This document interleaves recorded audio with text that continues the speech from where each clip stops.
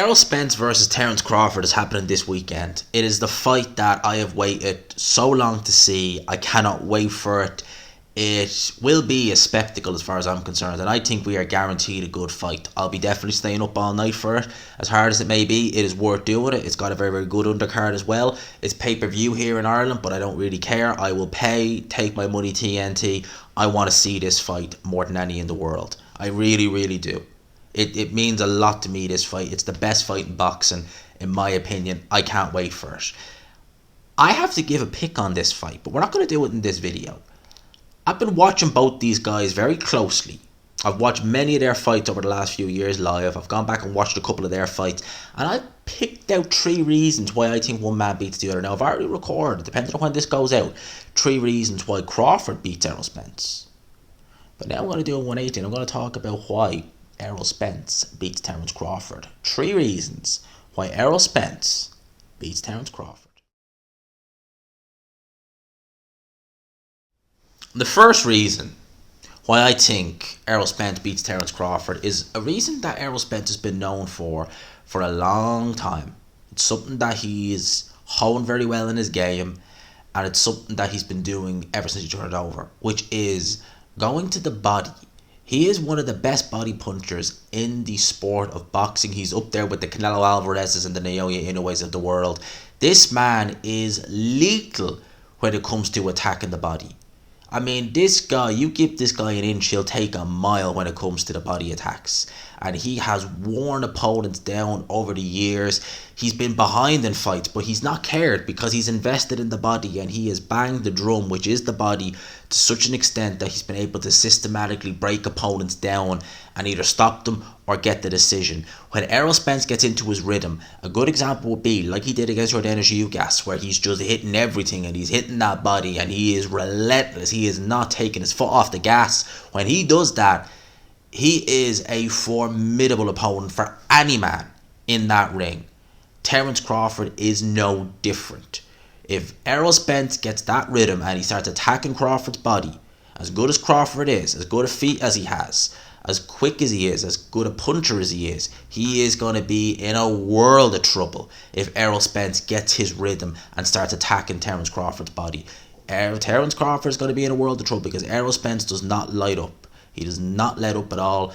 Ask Kell Brook. Kell Brook, who was able to outbox Errol Spence for large parts of their fight early on, was getting hit repeatedly in that body. And after a while it told, and Errol Spence was able to take Kell Brook out. This guy is lethal when it comes to the body.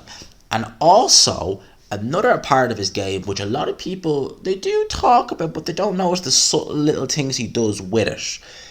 Errol Spence is tremendously physically strong. In his whole career at welterweight, and bear in mind, Terence Crawford is the guy who's come up through the weights. 135 pound, albeit a champion, undisputed at 140, and now he's at 147, going for undisputed again. But lest we forget, he's come up from 135 all the way up to 147. Errol Spence has been here the whole tick and tin, and arguably he should have moved up long before now.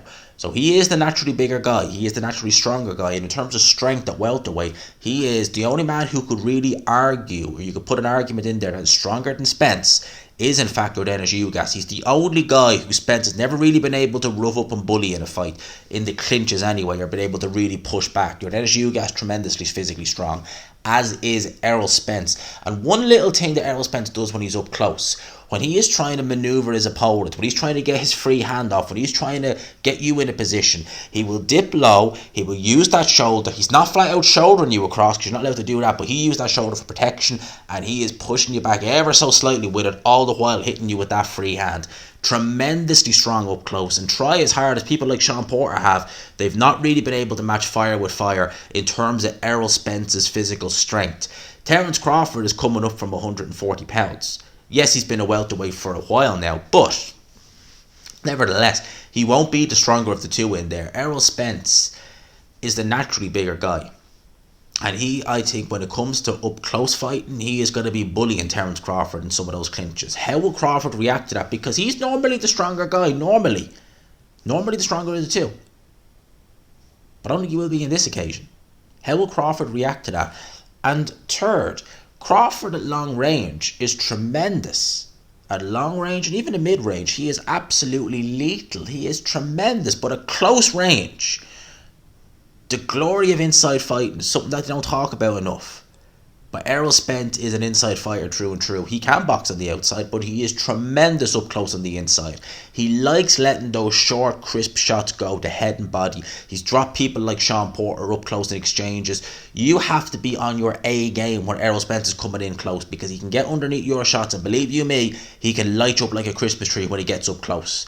You do not want to be giving Errol Spence time to work on the inside. You don't even want to be giving him a free hand to punch with, because he will punch anything, whether it be your arms, whether it be your body, whether it be your head. He will try and light you up on the inside.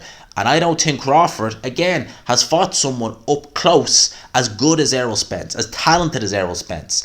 Errol Spence, they call him a jack of all trades and a master of none. I think that's a bit harsh, because I think that Errol Spence, yeah, he doesn't do anything amazing, but he does it above the average fighter. I mean, you look at someone, people used to say Badu Jack was a master of all trades and a jack of none.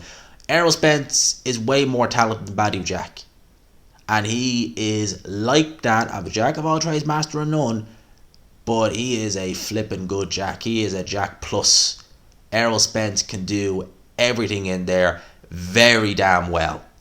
And Terence Crawford will be in for a rude awakening, because he's been in there with good guys at 147. He's been in there with guys like Sean Porter.